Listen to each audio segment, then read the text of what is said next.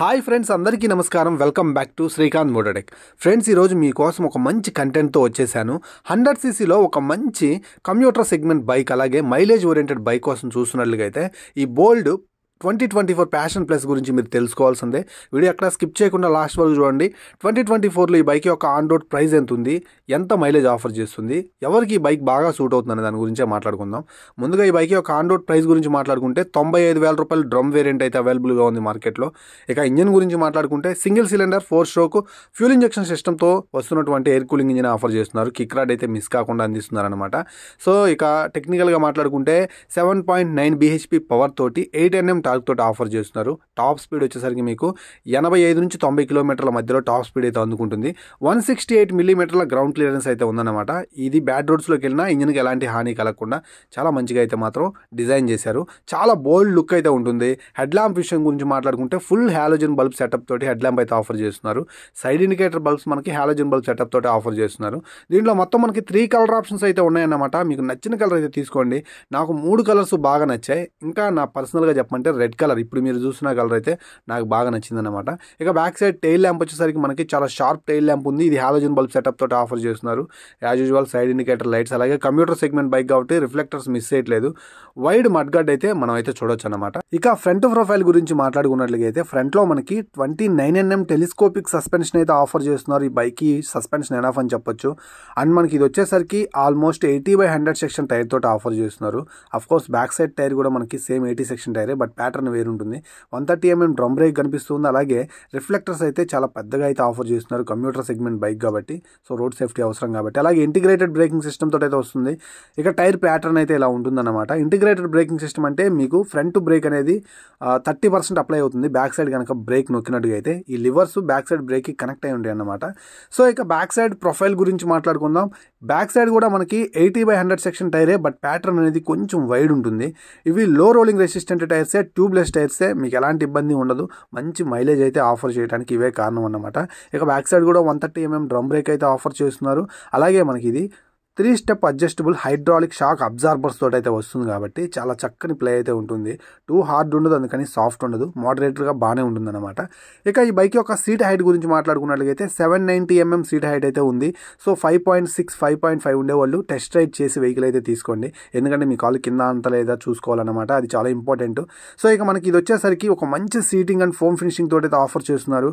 ఫ్యామిలీకి చాలా చక్కగా ఉపయోగపడుతుంది. వైడ్ సీట్ ఉంది. బ్యాక్ సైడ్ కూర్చోవడానికి, పట్టుకోవడానికి గ్రాబ్ రైల్ కూడా కంఫర్టబుల్గా ఉందన్నమాట. సో ఫ్యామిలీ కోసం అయితే మాత్రం 100cc ఈ బోల్డ్ బైక్ని అయితే తీసుకోండి. మీరు కొంచెం హెవీ పర్సన్స్ అయినా కానీ ఈ బైక్ మీకు చాలా బాగుంటుంది. సో ఇటువంటి బ్యాడ్జింగ్ ఉంది. ఎథనాల్ బ్లెండెడ్ పెట్రోల్ని మనం దీంట్లో వేసుకోవచ్చు. అలాగే 10.5 లీటర్స్ ఫ్యూయల్ ట్యాంక్ అయితే ఆఫర్ చేస్తున్నారనమాట.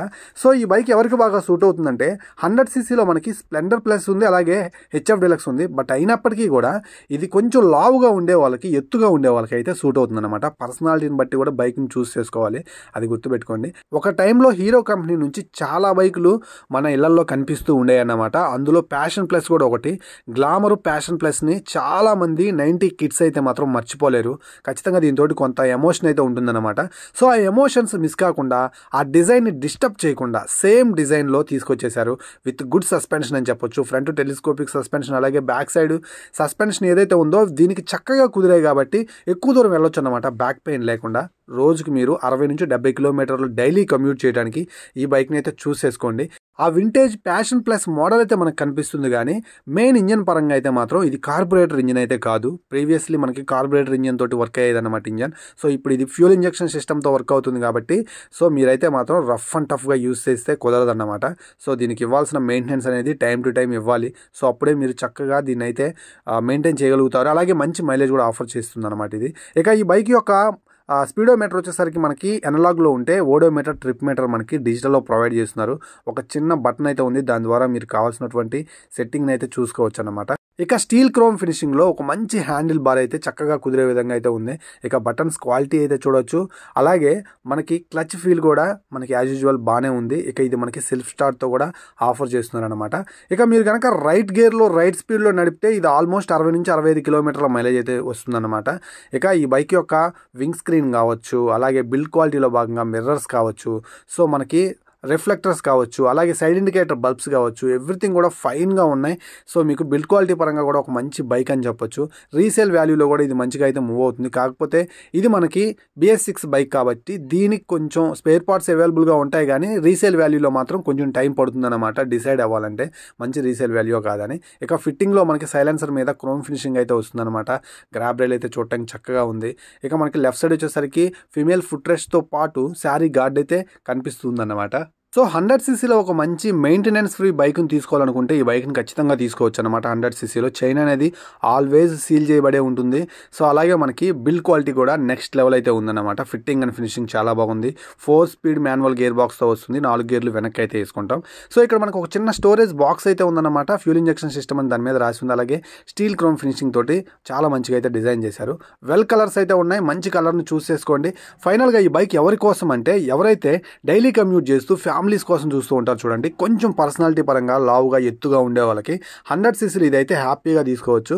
మనకి HF Deluxe 100cc, Splendor plus 100cc, but అవి పర్సనాలిటీగా ఉండే వాళ్ళకైతే మాత్రం సూట్ కాదు.